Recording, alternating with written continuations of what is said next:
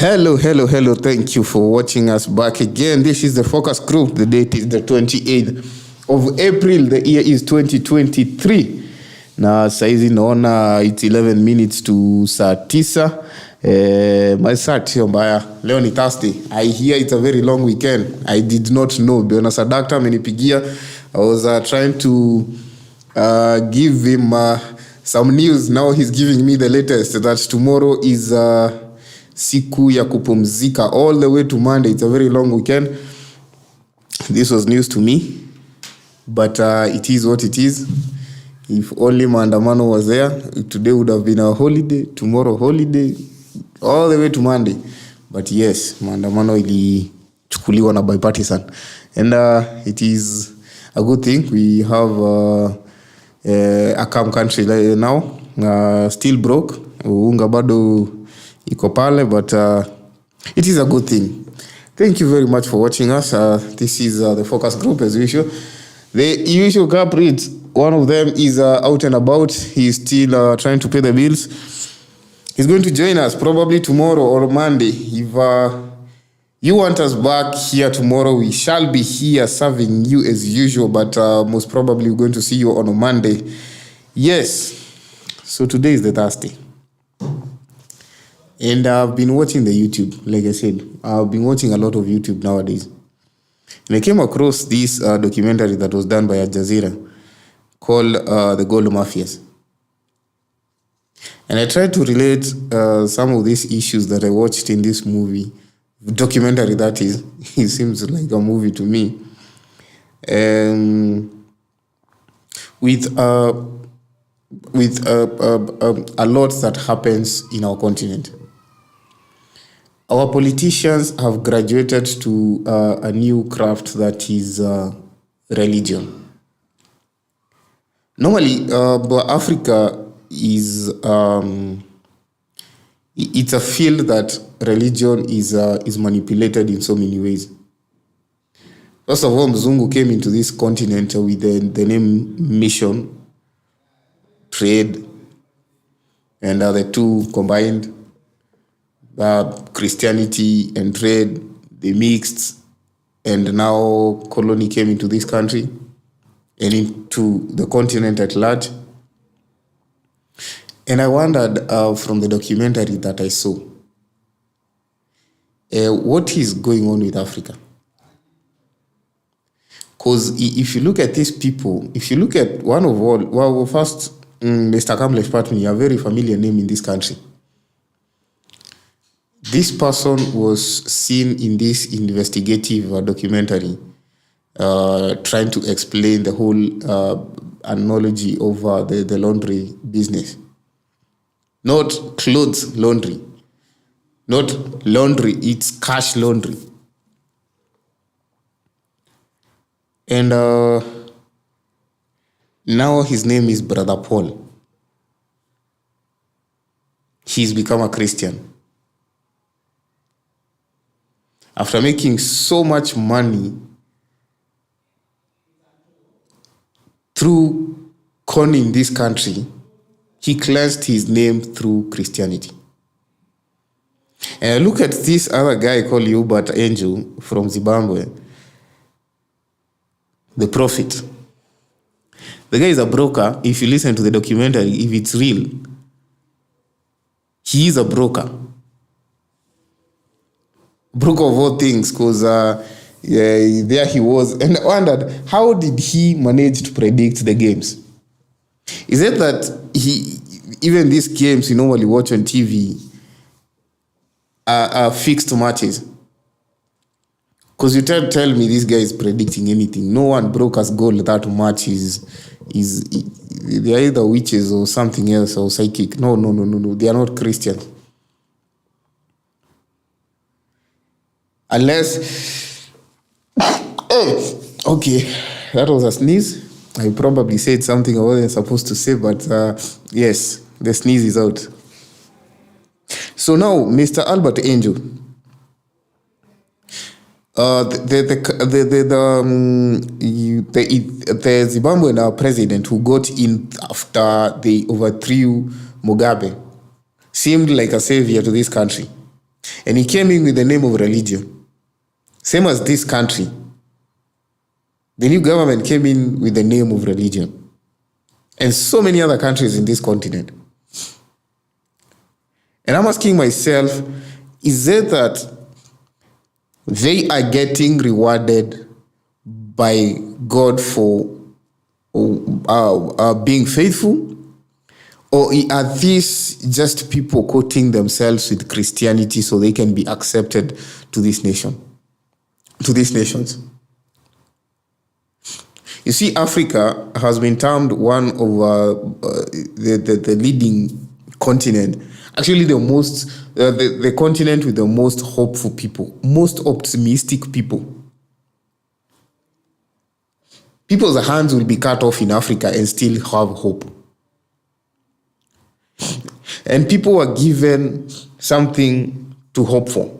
And most people cling, I personally being one of those people who cling to religion. I'm a very religious person. I'm a Christian, one of those Christians who will pray day and night. And I think most of these politicians, most people have come to a realization that most people will do anything for religion. And people will believe anything that comes through the name of religion. And they found an opportunity to enrich themselves, to manipulate people through this name. So Mr. Kamlesh Patni is seen in this video trying to explain the whole system, how they operate. I do not know how this journalist convinced him to. I do not know if it's acting or it's just another document. Okay.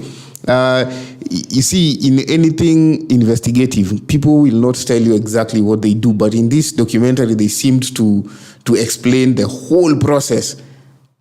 Not explaining what they are going to do for these people, but explaining how they do it. I do not know which thief goes and presents their credentials telling you, I broke into house A this year, I broke into house B this year, I broke into house C this year, and I broke to house D this year. So I think maybe Kamlesh was one of those part and parcel of this documentary trying to make extra cash. The guy is quite genius.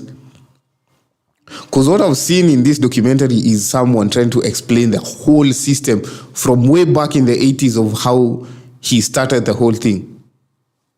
And I'm also looking at the other guy who even extends his story to say that he's second. He's the second gold smuggler in Africa. So these people have time to actually explain what they do. Okay, maybe these old-timers do things differently. Maybe they give their CVs before they are given a job. But I think these documentaries have some corners that need to be explained. But all the same, my point was that religion is being used in so many wrong ways. I do not believe it is good what they're doing to religion. We are told not to judge, but in this case, I think I'm going to judge and say that religion is being used in very bad ways. If you look at most of the politicians nowadays, I was looking at TV the other day on Sunday, and I saw this one church that was giving a story of how they got some MPs into elective seats. And I'm thinking we have a system for election. And God gave us those systems so we ourselves can make the decisions of whom we want to elect.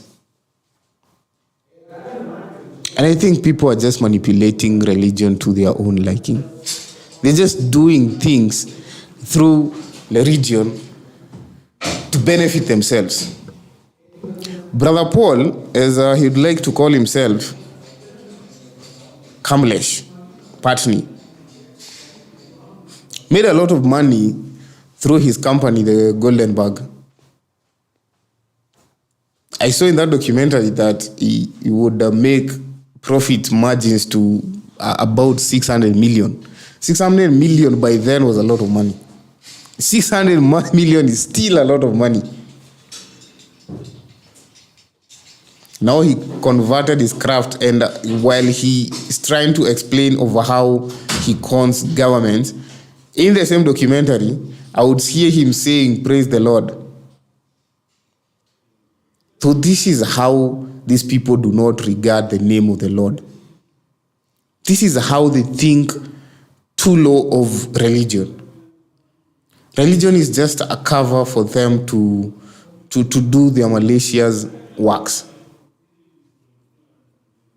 It is not good, it is not right, but it is being done.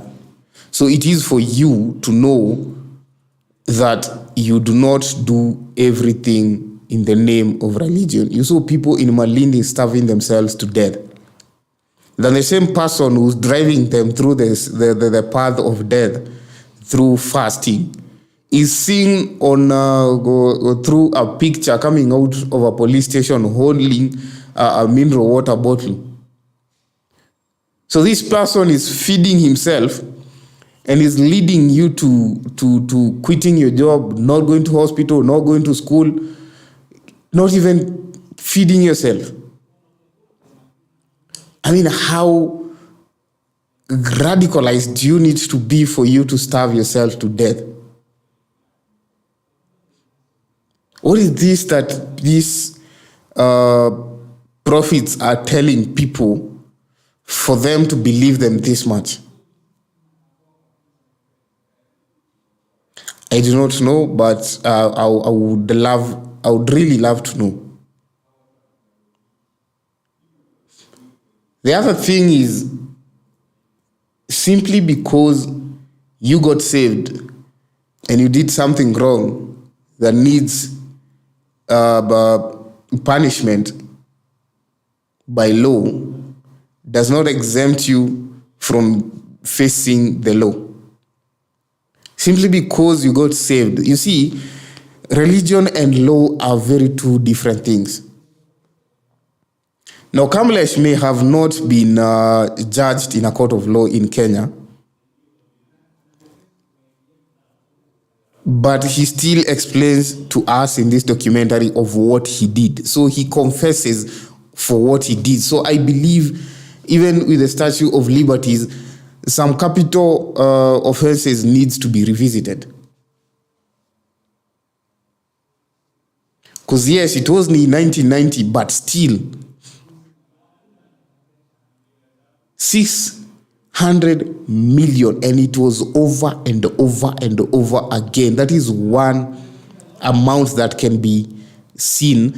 So you can see how much this guy brought our economy to the knees. So I do not think there is Statue of Liberty to that hold. I do not think there is a threshold of timeline that you can go after a person after committing a crime. This guy is seen on this video confessing to what he did. So I think someone somewhere should revisit that. He may be born again, he may be a pastor, but I think he should be judged as a pastor and jailed as a pastor. He can still go to jail and be a pastor. He can still go to jail and be a born-again Christian. Nobody is disputing that. But I believe Kamlesh should come back to this country and be judged for his mistakes. But then again, you've seen him on the video displaying the amount of connection and the presidency. He's visited Uganda, been with Yoweri Museveni. He's been to Zimbabwe, he's been to South Africa, he's been to this country. He at one time crowned the king. That is the late Gaddafi. So yes, conviction is something that will probably never happen for him. So yes, it's I feel it's something that we needed to revisit kidogo. It's quite painful watching that video. It's called Gold Mafias. it's really painful watching that video, that documentary.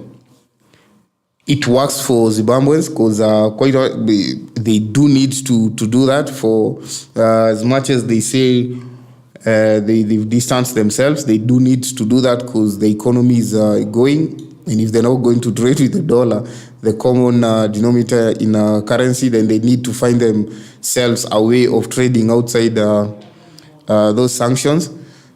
But for us, we were not sanctioned by anybody.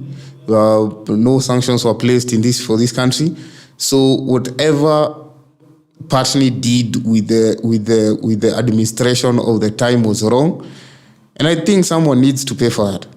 Ours, they need to refund whatever monies they made off us.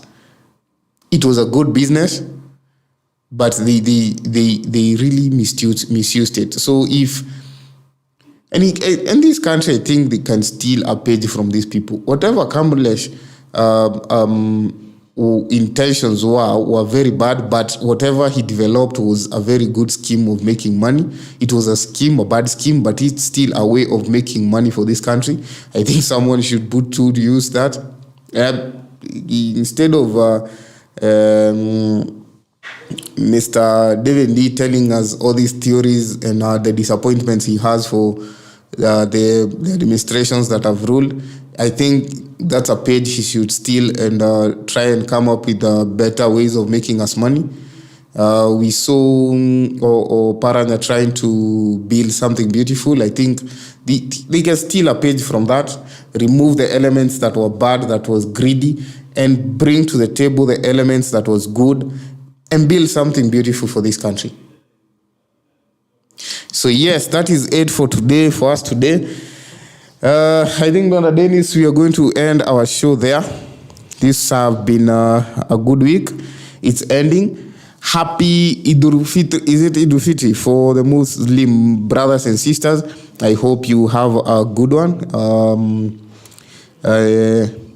I do not I only know how to say Merry Christmas. I do not know how to say it in Somali, but in Muslim, but I know it's Happy Ramadan to you. Ramadan Kareem to you. And I hope you enjoy the weekend. Enjoy everybody. For those of you who are getting a holiday tomorrow, happy for you. And I hope to see you soon again here on the Focus Group. Buona Dennis, I think we take it away.